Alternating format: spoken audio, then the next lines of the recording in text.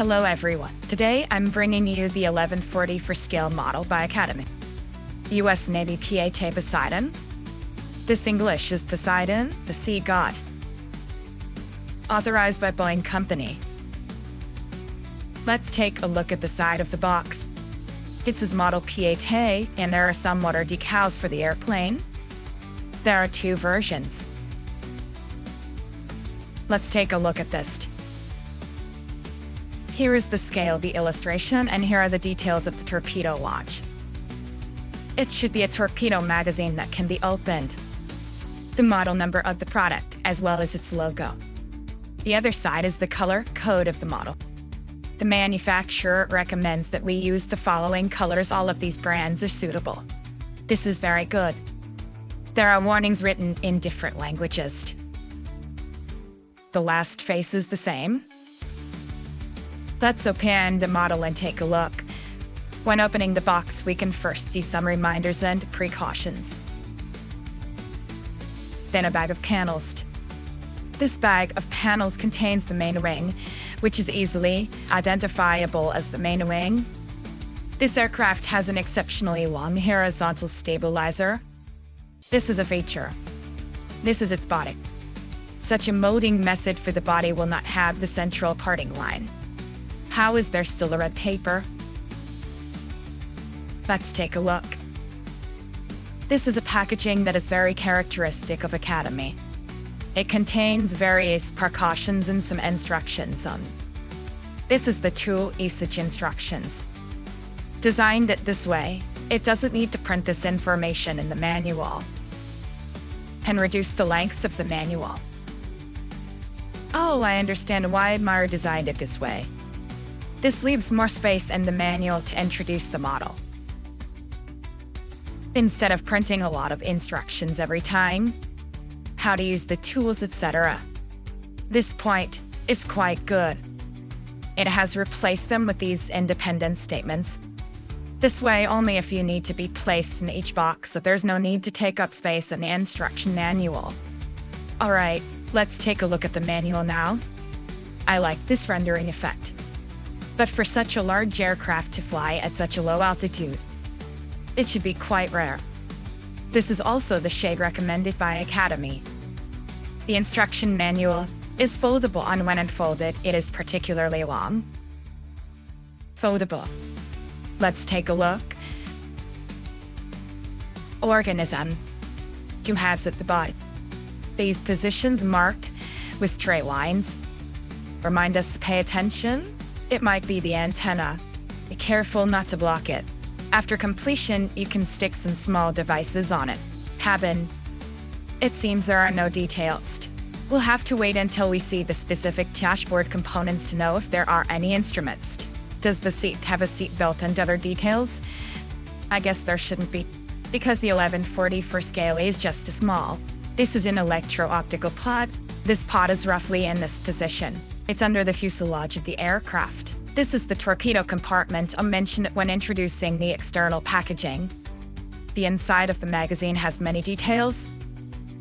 Here's the landing gear of the aircraft. This should be a nose landing gear, right? This is a nose landing gear.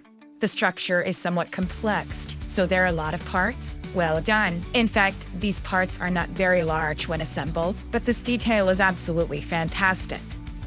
Here's a schematic diagram of the painting. The cockpit and landing gear bay need to be installed first. If you want to glue the two fuselages of the aircraft together, you need to install the landing gear bay, cockpit, and electro-optical pod first. And there's a small window over here. This should be an observation window. For example, during search and rescue operations. During patrols, the crew would use telescopes to observe the outside from here, then install the torpedo bay at the rear of the aircraft. This airplane is quite perplexing because we have not seen the actual object. I don't know where the sonar buoy was deployed from. The previous P3C deployed sonar buoys at this location. This place has now been converted into a missile silo. It should be able to carry Ansimbreiner torpedoes. The body below closes together. After the fuselage is joined, it's time to start working on the main wings. The main wing requires pre-drilling. What needs to be installed in this place? There is a picture here. It is the launcher for the Harpoon anti-ship missile. There are also some horizontal ones which are part of the fuselage structure. Continue reading below. Here are some fuselage structures. This structure should be the main landing gear bay. Connect the two parts here. Increased the strength of the body. This airplane. One thing to note is that its wings are not like those of a regular civilian aircraft. Erected, or sloping upwards, to achieve excellent economic benefits and flight performance. It is flat. It can basically serve as an extension of the main wing. What is this for? The angle might need to be lower. I don't know what it will look like when it's completed. This will only be known once the model is created. This design may be intended to utilize the ground effect when flying at low altitude. Save fuel by utilizing ground effect. Is it designed this way because of this? Here, the main wing is connected to the fuselage. After connecting, several landing gear cover plates. It can be opened, can also be closed.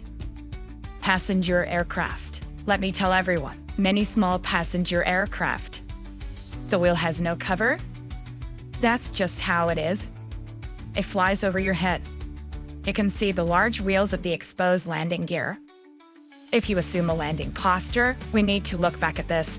Check if there is a counterweight. It seems there is no counterweight. This plane seems to not require ballast. Okay, if you're going to be in a landing state, there are also many detailed parts here. Very good. Then it came to the magazine. The magazine's door is a four-pedal structure. First, install the two main cabin door panels. Then on the structure of the main cabin door, there are two more folding components similar to the F-22 weapons bay. It contains 5 anti-submarine torpedoes. Of course, you can also choose not to create this detail. Hover directly. Now we have come to the most important part. It's the engine. Its engine is also quite novel in terms of the way it is designed. Because of the passenger aircraft, some civil airliners have engines with a rather special structure. It starts by areas with high compression ratios. Connect them together first. In front is a large air intake with the blades located there. Design a separate piece to fit on top. Finally, it's the shell. Now the engine is fully assembled. A skilled expert should be able to open the hood and put it in inspection mode. Add some more details inside. This part seems familiar somehow. Is it C-17?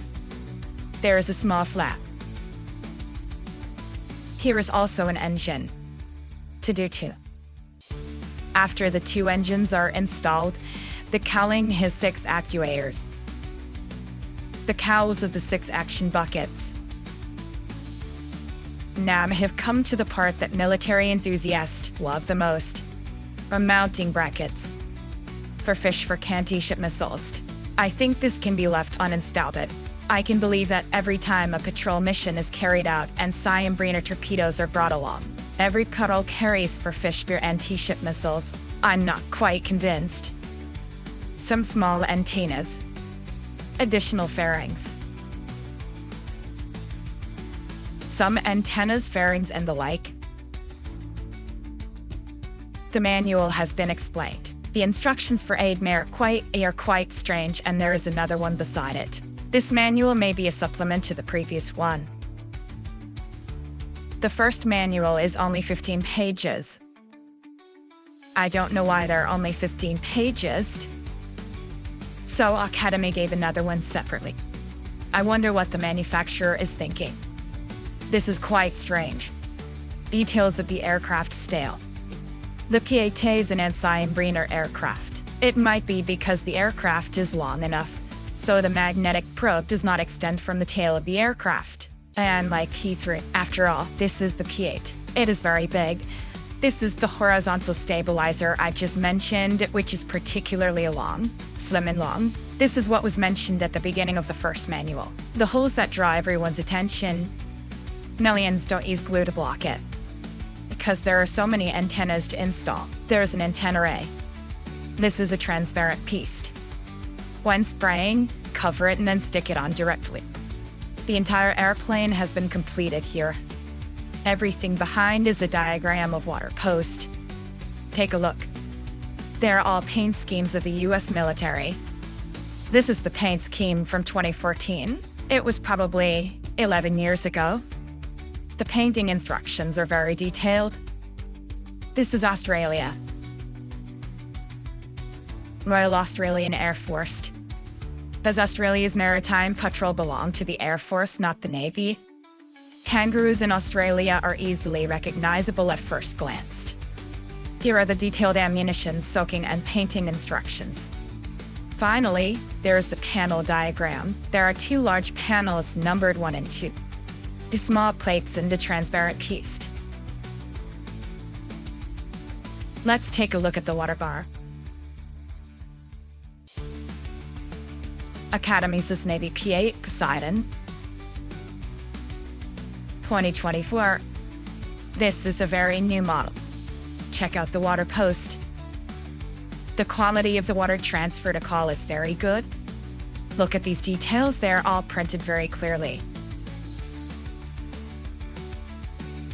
This is the United States Navy. Some no-walk zones on the wings are marked with lines. This is the Royal Australian Air Force, the coat of arms of Australia. This is the aircraft emblem of the United States. Okay, let's start with the small circuit boards. This is a Harpoon anti-ship missile. As you can see, there are no details at all. So disappointed. There isn't a single detail. Compare my homemade 144 scale ammunition. This is an R-27 air-to-air missile. In terms of details, Academy is far behind me. Take a look at the details of R-27.